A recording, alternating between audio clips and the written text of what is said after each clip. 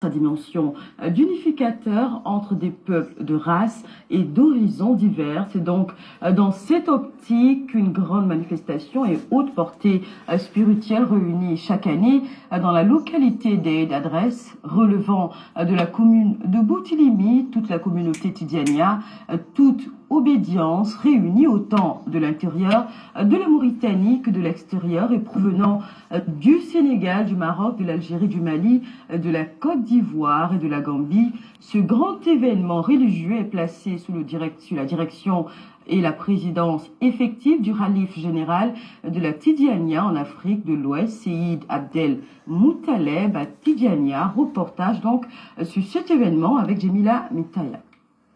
L'un des principes fondamentaux dans l'approche didactique chez les cheikhs de la Tariqa Tijaniya, c'est leur instance sur l'application scrupuleuse des préceptes divins dans toutes leurs dimensions, en se soutenant et s'appuyant les uns les autres, dans l'abnégation rien que pour Allah.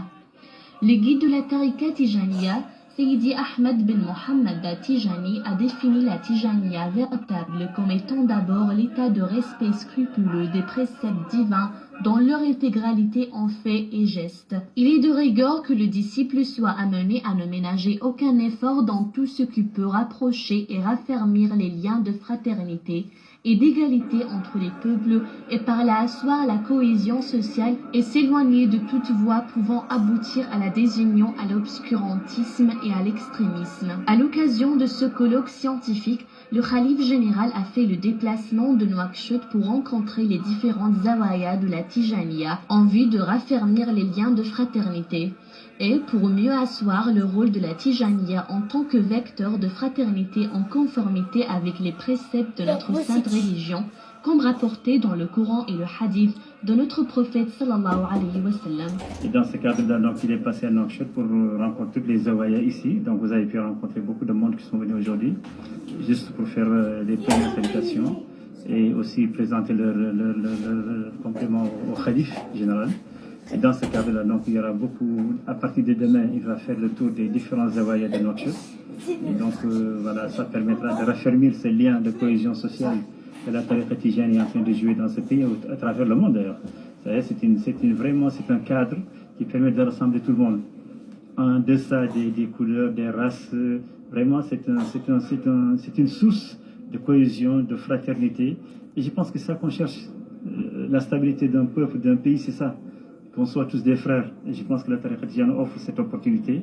Et alhamdulillah, donc vous soyez là pour en être quand même des divulgateurs, des propagateurs de cette vision que vous voyez là, de cohésion sociale. Et je pense que c'est une chose qu'il faut raffermir, qui permet de rapprocher les peuples et dont les pays ont besoin aujourd'hui. Donc pour la stabilité, pour la fraternité, au-delà de cette dimension de l'islam qui est vraiment l'unificateur de tout ça. La présence du Khalif Seyyidi Abdel Moutaleb Tijani aura rehaussé le niveau spirituel de cette manifestation qui s'est tenue du 27 au 29 décembre 2019 en présence d'un panel de très haut niveau composé de religieux, académiciens, scientifiques et hommes de pensée de plusieurs pays musulmans, arabes et africains. Le colloque 2019 va définitivement clore ses travaux avec une rencontre ce vendredi 17 janvier à la grande famille Daha, initiatrice de la rencontre.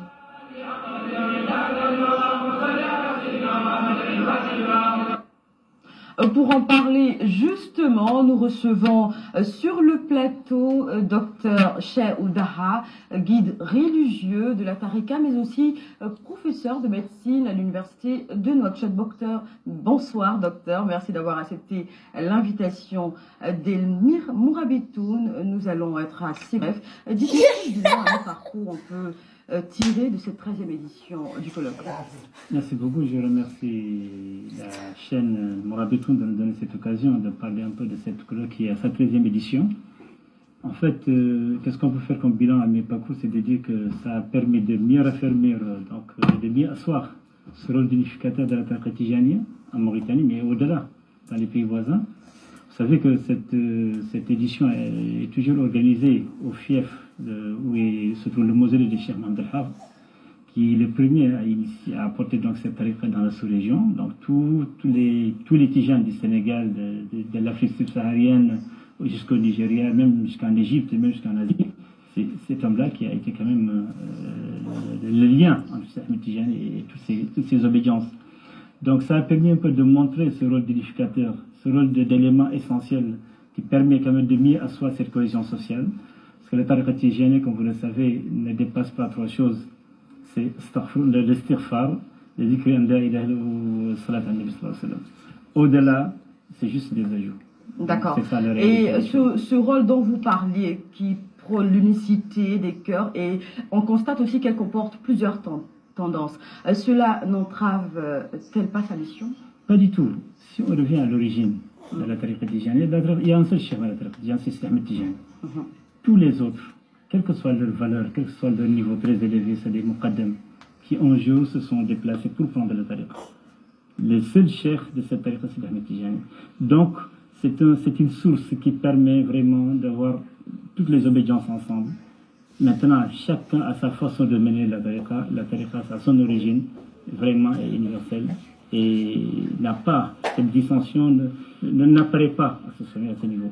Donc, tant qu'on se tient au fondement même de la tariqa tijanienne, qui est là pour initier, qui est là pour mieux affermir la foi en Dieu, qui ne demande d'autre chose que d'être strict avec les règlements divins et pas plus que ça. Avez-vous un rappel à lancer en cette période de wazifa? La wazifa, en fait, c'est un moment de spiritualité où l'être humain se rapproche de son Créateur Dieu pour mieux solidifier ce lien entre lui et son Créateur. La wazifa ne dépasse pas ce que le Coran a dit, l'istighfar, le salat al-nabi, c'est ça la wazifa, pas au-delà de ça. Donc moi, ce que je dis, c'est que cette tariqa nous permet de mieux unifier et nos États, à cette période de battement sur le plan religieux, a besoin de cet élément d'unificateur, de ce facteur de cohésion sociale qui ne reconnaît pas qui est qui. Tout le monde on est tous égaux devant Allah. Tout dépend de notre rattachement à Dieu et tout dépend de notre attachement au précepte de l'islam. C'est ça, c'est que prendre la tariqa tijani. Merci docteur, merci docteur. Donc nous avions en notre compagnie docteur qui nous éclairait sur ce 13e colloque de la 13e édition de ce colloque qui se tient et qui continue de se tenir à Nouakchott, un colloque qui éclaire tout un chacun sur